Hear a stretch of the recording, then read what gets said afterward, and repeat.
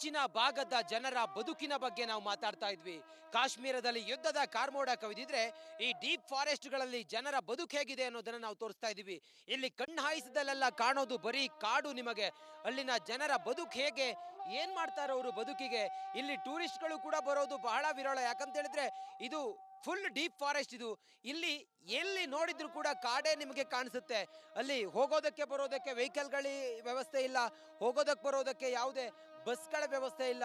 ನೋಡಿ, ಕುದುರೆಗಳ ಮೇಲೆ ಇವ್ರು ಬರಬೇಕು, ದುರ್ಗಮವಾದಂತಹ ಹಾದಿಯಲ್ಲಿ ಇವ್ರು ಬಂದು ಈ ರೀತಿಯಾಗಿ ಇಲ್ಲಿ ನೋಡಬೇಕು. ರಸ್ತೆಗಳ ಸಂಪರ್ಕ ಇದೆ, ಹಾಗೆ ವಿದ್ಯುತ್ ಸಂಪರ್ಕ ಇದೆ, ಹಾಗೆ ಸಣ್ಣ ಪುಟ್ಟ ಅಲ್ಲಿ ಆ ಒಂದು ಡೀಪ್ ಇದೆಯಲ್ಲ ಅಲ್ಲೆಲ್ಲವೂ ಕೂಡ ಸಣ್ಣ ಪುಟ್ಟ ಸಸಿಗಳನ್ನು ನಟ್ಟು ಅವರು ತಮ್ಮ ಬದುಕನ್ನ ಕಂಡುಕೊಳ್ತಾರೆ. ಆ ಮೂಲಕ ಹೈ ಸೆಕ್ಯೂರಿಟಿ ಇರುವಂತ ಜಾಗ ಇದು. ಇಲ್ಲಿನ ಜನರು ಹೇಗೆ ಬದುಕ್ತಾ ಇದ್ದಾರೆ ಕೇಳಿದ್ರೆ ಇಲ್ಲಿನ ಜನರಿಗೆ ಬದುಕೇ ಒಂದು ದುಸ್ತರ ಆಗಿದೆ. ಯಾಕಂತ ಹೇಳಿದ್ರೆ ಇಲ್ಲಿ ಯಾವುದೇ ಡೆವಲಪ್ಮೆಂಟ್ ವರ್ಕ್ ಮಾಡೋದಕ್ಕೂ ಕೂಡ ಇಲ್ಲಿ ಸೇನೆಯ ಸಂಪೂರ್ಣವಾದಂತ ಒಂದು ಕಂಡಿರೋದ್ರಿಂದಾಗಿ ಸೇನೆ ಇದೆಲ್ಲವನ್ನು ಕೂಡ ಮಾನಿಟರ್ ಮಾಡ್ತಿರೋದಾಗಿ ಇಲ್ಲಿನ ಜನರಂತೂ ಬಹಳ ಒಂದು ರೀತಿಯಲ್ಲಿ ಅವರ ಬದುಕು ಎಲ್ಲರ ರೀತಿಯಲ್ಲಿಲ್ಲ. ಗಡಿಯಂಚಿನ ಭಾಗದ ಜನರ ಬದುಕು ಎಲ್ಲರ ರೀತಿಯಲ್ಲಿಲ್ಲ. ಅವರ ಬದುಕು ಹೇಗಿದೆ ಅನ್ನೋದನ್ನ ನಾವು ನಿಮಗೆ ತೋರಿಸ್ತಾ ಹೋಗ್ತೀವಿ. ಕ್ಯಾಮ್ರಾ ಪರ್ಸನ್ ಲಕ್ಷ್ಮೀಪುತ್ರ ಜೊತೆಗೆ ನಾನು ರಂಜಿತ್ ಶಿರಿಯಾರ್, ರಿಪಬ್ಲಿಕ್ ಕನ್ನಡಕ್ಕಾಗಿ ಕಾಶ್ಮೀರದಿಂದ ನಮಸ್ಕಾರ. ಗಡಿಯಂಚಿನ ಭಾಗದ ಜನರ ಬದುಕಿನ ಬಗ್ಗೆ ನಾವು ಮಾತಾಡ್ತಾ ಇದ್ವಿ. ಕಾಶ್ಮೀರದಲ್ಲಿ ಯುದ್ಧದ ಕಾರ್ಮೋಡ ಕವಿದಿದ್ರೆ ಈ ಡೀಪ್ ಫಾರೆಸ್ಟ್ಗಳಲ್ಲಿ ಜನರ ಬದುಕು ಹೇಗಿದೆ ಅನ್ನೋದನ್ನ ನಾವು ತೋರಿಸ್ತಾ ಇದ್ದೀವಿ. ಇಲ್ಲಿ ಕಣ್ಣು ಹಾಯಿಸಿದಲ್ಲೆಲ್ಲ ಕಾಣೋದು ಬರೀ ಕಾಡು. ನಿಮಗೆ ಅಲ್ಲಿನ ಜನರ ಬದುಕು ಹೇಗೆ, ಏನ್ ಮಾಡ್ತಾರೋ ಅವರು ಬದುಕಿಗೆ. ಇಲ್ಲಿ ಟೂರಿಸ್ಟ್ಗಳು ಕೂಡ ಬರೋದು ಬಹಳ ವಿರಳ. ಯಾಕಂತ ಹೇಳಿದ್ರೆ ಇದು ಫುಲ್ ಡೀಪ್ ಫಾರೆಸ್ಟ್. ಇದು ಇಲ್ಲಿ ಎಲ್ಲಿ ನೋಡಿದ್ರು ಕೂಡ ಕಾಡೇ ನಿಮಗೆ ಕಾಣಿಸುತ್ತೆ. ಅಲ್ಲಿ ಹೋಗೋದಕ್ಕೆ ಬರೋದಕ್ಕೆ ವೆಹಿಕಲ್ಗಳ ವ್ಯವಸ್ಥೆ ಇಲ್ಲ, ಹೋಗೋದಕ್ಕೆ ಬರೋದಕ್ಕೆ ಯಾವುದೇ ಬಸ್ಗಳ ವ್ಯವಸ್ಥೆ ಇಲ್ಲ. ನೋಡಿ, ಕುದುರೆಗಳ ಮೇಲೆ ಇವ್ರು ಬರಬೇಕು, ದುರ್ಗಮವಾದಂತಹ ಹಾದಿಯಲ್ಲಿ ಇವ್ರು ಬಂದು ಈ ರೀತಿಯಾಗಿ ಇಲ್ಲಿ ನೋಡಬೇಕು. ರಸ್ತೆಗಳ ಸಂಪರ್ಕ ಇದೆ, ಹಾಗೆ ವಿದ್ಯುತ್ ಸಂಪರ್ಕ ಇದೆ, ಹಾಗೆ ಸಣ್ಣ ಪುಟ್ಟ ಅಲ್ಲಿ ಆ ಒಂದು ಡೀಪ್ ಇದೆಯಲ್ಲ ಅಲ್ಲೆಲ್ಲವೂ ಕೂಡ ಸಣ್ಣ ಪುಟ್ಟ ಸಸಿಗಳನ್ನು ನಟ್ಟು ಅವರು ತಮ್ಮ ಬದುಕನ್ನ ಕಂಡುಕೊಳ್ತಾರೆ. ಆ ಮೂಲಕ ಹೈ ಸೆಕ್ಯೂರಿಟಿ ಇರುವಂತ ಜಾಗ ಇದು. ಇಲ್ಲಿನ ಜನರು ಹೇಗೆ ಬದುಕ್ತಾ ಇದ್ದಾರೆ ಕೇಳಿದ್ರೆ ಇಲ್ಲಿನ ಜನರಿಗೆ ಬದುಕೇ ಒಂದು ದುಸ್ತರ ಆಗಿದೆ. ಯಾಕಂತ ಹೇಳಿದ್ರೆ ಇಲ್ಲಿ ಯಾವುದೇ ಡೆವಲಪ್ಮೆಂಟ್ ವರ್ಕ್ ಮಾಡೋದಕ್ಕೂ ಕೂಡ ಇಲ್ಲಿ ಸೇನೆಯ ಸಂಪೂರ್ಣವಾದಂತ ಒಂದು ಕಂಡಿರೋದ್ರಿಂದಾಗಿ ಸೇನೆ ಇದೆಲ್ಲವನ್ನು ಕೂಡ ಮಾನಿಟರ್ ಮಾಡ್ತಿರೋದಾಗಿ ಇಲ್ಲಿನ ಜನರಂತೂ ಬಹಳ ಒಂದು ರೀತಿಯಲ್ಲಿ ಅವರ ಬದುಕು ಎಲ್ಲರ ರೀತಿಯಲ್ಲಿಲ್ಲ. ಗಡಿಯಂಚಿನ ಭಾಗದ ಜನರ ಬದುಕು ಎಲ್ಲರ ರೀತಿಯಲ್ಲಿಲ್ಲ. ಅವರ ಬದುಕು ಹೇಗಿದೆ ಅನ್ನೋದನ್ನ ನಾವು ನಿಮಗೆ ತೋರಿಸ್ತಾ ಹೋಗ್ತೀವಿ. ಕ್ಯಾಮ್ರಾ ಪರ್ಸನ್ ಲಕ್ಷ್ಮೀಪುತ್ರ ಜೊತೆಗೆ ನಾನು ರಂಜಿತ್ ಶಿರಿಯಾರ್, ರಿಪಬ್ಲಿಕ್ ಕನ್ನಡಕ್ಕಾಗಿ ಕಾಶ್ಮೀರದಿಂದ ನಮಸ್ಕಾರ. ಗಡಿಯಂಚಿನ ಭಾಗದ ಜನರ ಬದುಕಿನ ಬಗ್ಗೆ ನಾವು ಮಾತಾಡ್ತಾ ಇದ್ವಿ. ಕಾಶ್ಮೀರದಲ್ಲಿ ಯುದ್ಧದ ಕಾರ್ಮೋಡ ಕವಿದಿದ್ರೆ ಈ ಡೀಪ್ ಫಾರೆಸ್ಟ್ಗಳಲ್ಲಿ ಜನರ ಬದುಕು ಹೇಗಿದೆ ಅನ್ನೋದನ್ನ ನಾವು ತೋರಿಸ್ತಾ ಇದ್ದೀವಿ. ಇಲ್ಲಿ ಕಣ್ಣು ಹಾಯಿಸಿದಲ್ಲೆಲ್ಲ ಕಾಣೋದು ಬರೀ ಕಾಡು. ನಿಮಗೆ ಅಲ್ಲಿನ ಜನರ ಬದುಕು ಹೇಗೆ, ಏನ್ ಮಾಡ್ತಾರೋ ಅವರು ಬದುಕಿಗೆ. ಇಲ್ಲಿ ಟೂರಿಸ್ಟ್ಗಳು ಕೂಡ ಬರೋದು ಬಹಳ ವಿರಳ. ಯಾಕಂತ ಹೇಳಿದ್ರೆ ಇದು ಫುಲ್ ಡೀಪ್ ಫಾರೆಸ್ಟ್. ಇದು ಇಲ್ಲಿ ಎಲ್ಲಿ ನೋಡಿದ್ರು ಕೂಡ ಕಾಡೇ ನಿಮಗೆ ಕಾಣಿಸುತ್ತೆ. ಅಲ್ಲಿ ಹೋಗೋದಕ್ಕೆ ಬರೋದಕ್ಕೆ ವೆಹಿಕಲ್ಗಳ ವ್ಯವಸ್ಥೆ ಇಲ್ಲ, ಹೋಗೋದಕ್ಕೆ ಬರೋದಕ್ಕೆ ಯಾವುದೇ ಬಸ್ಗಳ ವ್ಯವಸ್ಥೆ ಇಲ್ಲ.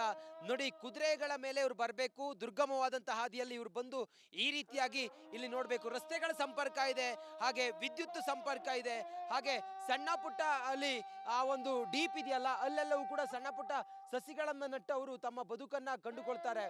ಆ ಮೂಲಕ ಹೈ ಸೆಕ್ಯೂರಿಟಿ ಇರುವಂತ ಜಾಗ ಇದು. ಇಲ್ಲಿನ ಜನರು ಹೇಗೆ ಬದುಕ್ತಾ ಇದ್ದಾರೆ ಕೇಳಿದ್ರೆ ಇಲ್ಲಿನ ಜನರಿಗೆ ಬದುಕೇ ಒಂದು ದುಸ್ತರ ಆಗಿದೆ. ಯಾಕಂತ ಹೇಳಿದ್ರೆ ಇಲ್ಲಿ ಯಾವುದೇ ಡೆವಲಪ್ಮೆಂಟ್ ವರ್ಕ್ ಮಾಡೋದಕ್ಕೂ ಕೂಡ ಇಲ್ಲಿ ಸೇನೆಯ ಸಂಪೂರ್ಣವಾದಂತ ಒಂದು ಕಂಡಿರೋದ್ರಿಂದಾಗಿ ಸೇನೆ ಇದೆಲ್ಲವನ್ನು ಕೂಡ ಮಾನಿಟರ್ ಮಾಡ್ತಿರೋದಾಗಿ ಇಲ್ಲಿನ ಜನರಂತೂ ಬಹಳ ಒಂದು ರೀತಿಯಲ್ಲಿ ಅವರ ಬದುಕು ಎಲ್ಲರ ರೀತಿಯಲ್ಲಿಲ್ಲ. ಗಡಿಯಂಚಿನ ಭಾಗದ ಜನರ ಬದುಕು ಎಲ್ಲರ ರೀತಿಯಲ್ಲಿಲ್ಲ. ಅವರ ಬದುಕು ಹೇಗಿದೆ ಅನ್ನೋದನ್ನ ನಾವು ನಿಮಗೆ ತೋರಿಸ್ತಾ ಹೋಗ್ತೀವಿ. ಕ್ಯಾಮ್ರಾ ಪರ್ಸನ್ ಲಕ್ಷ್ಮೀಪುತ್ರ ಜೊತೆಗೆ ನಾನು ರಂಜಿತ್ ಶಿರಿಯಾರ್, ರಿಪಬ್ಲಿಕ್ ಕನ್ನಡಕ್ಕಾಗಿ ಕಾಶ್ಮೀರದಿಂದ ನಮಸ್ಕಾರ. ಗಡಿಯಂಚಿನ ಭಾಗದ ಜನರ ಬದುಕಿನ ಬಗ್ಗೆ ನಾವು ಮಾತಾಡ್ತಾ ಇದ್ವಿ. ಕಾಶ್ಮೀರದಲ್ಲಿ ಯುದ್ಧದ ಕಾರ್ಮೋಡ ಕವಿದಿದ್ರೆ ಈ ಡೀಪ್ ಫಾರೆಸ್ಟ್ಗಳಲ್ಲಿ ಜನರ ಬದುಕು ಹೇಗಿದೆ ಅನ್ನೋದನ್ನ ನಾವು ತೋರಿಸ್ತಾ ಇದ್ದೀವಿ. ಇಲ್ಲಿ ಕಣ್ಣು ಹಾಯಿಸಿದಲ್ಲೆಲ್ಲ ಕಾಣೋದು ಬರೀ ಕಾಡು. ನಿಮಗೆ ಅಲ್ಲಿನ ಜನರ ಬದುಕು ಹೇಗೆ, ಏನ್ ಮಾಡ್ತಾರೋ ಅವರು ಬದುಕಿಗೆ.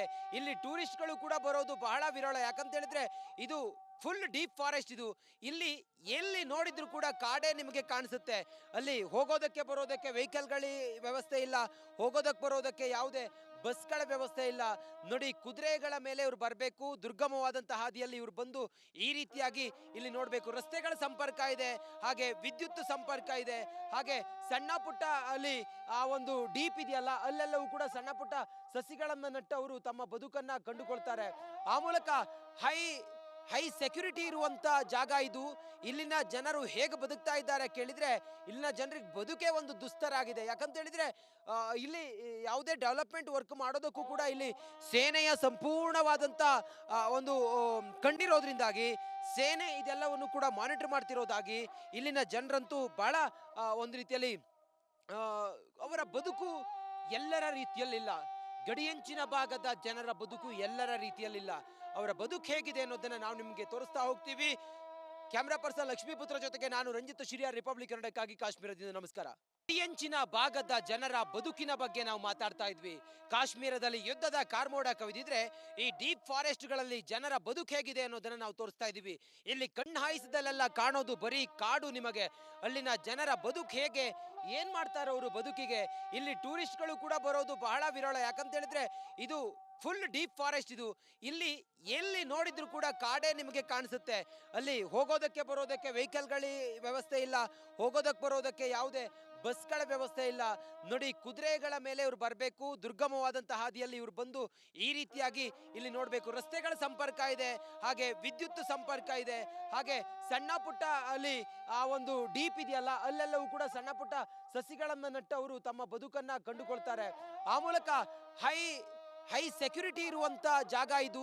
ಇಲ್ಲಿನ ಜನರು ಹೇಗೆ ಬದುಕ್ತಾ ಇದ್ದಾರೆ ಕೇಳಿದ್ರೆ, ಇಲ್ಲಿನ ಜನರಿಗೆ ಬದುಕೇ ಒಂದು ದುಸ್ತರ ಆಗಿದೆ. ಯಾಕಂತ ಹೇಳಿದ್ರೆ ಇಲ್ಲಿ ಯಾವುದೇ ಡೆವಲಪ್ಮೆಂಟ್ ವರ್ಕ್ ಮಾಡೋದಕ್ಕೂ ಕೂಡ ಇಲ್ಲಿ ಸೇನೆಯ ಸಂಪೂರ್ಣವಾದಂತ ಒಂದು ಕಂಡಿರೋದ್ರಿಂದಾಗಿ ಸೇನೆ ಇದೆಲ್ಲವನ್ನು ಕೂಡ ಮಾನಿಟರ್ ಮಾಡ್ತಿರೋದಾಗಿ ಇಲ್ಲಿನ ಜನರಂತೂ ಬಹಳ ಒಂದು ರೀತಿಯಲ್ಲಿ ಅವರ ಬದುಕು ಎಲ್ಲರ ರೀತಿಯಲ್ಲಿಲ್ಲ.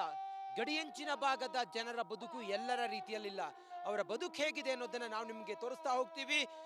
ಕ್ಯಾಮ್ರಾ ಪರ್ಸನ್ ಲಕ್ಷ್ಮೀಪುತ್ರ ಜೊತೆಗೆ ನಾನು ರಂಜಿತ್ ಶಿರಿಯಾರ್, ರಿಪಬ್ಲಿಕ್ ಕನ್ನಡಕ್ಕಾಗಿ ಕಾಶ್ಮೀರದಿಂದ. ನಮಸ್ಕಾರ. ಗಡಿಯಂಚಿನ ಭಾಗದ ಜನರ ಬದುಕಿನ ಬಗ್ಗೆ ನಾವು ಮಾತಾಡ್ತಾ ಇದ್ವಿ. ಕಾಶ್ಮೀರದಲ್ಲಿ ಯುದ್ಧದ ಕಾರ್ಮೋಡ ಕವಿದಿದ್ರೆ ಈ ಡೀಪ್ ಫಾರೆಸ್ಟ್ಗಳಲ್ಲಿ ಜನರ ಬದುಕು ಹೇಗಿದೆ ಅನ್ನೋದನ್ನ ನಾವು ತೋರಿಸ್ತಾ ಇದ್ದೀವಿ. ಇಲ್ಲಿ ಕಣ್ಣು ಹಾಯಿಸಿದಲ್ಲೆಲ್ಲ ಕಾಣೋದು ಬರೀ ಕಾಡು ನಿಮಗೆ.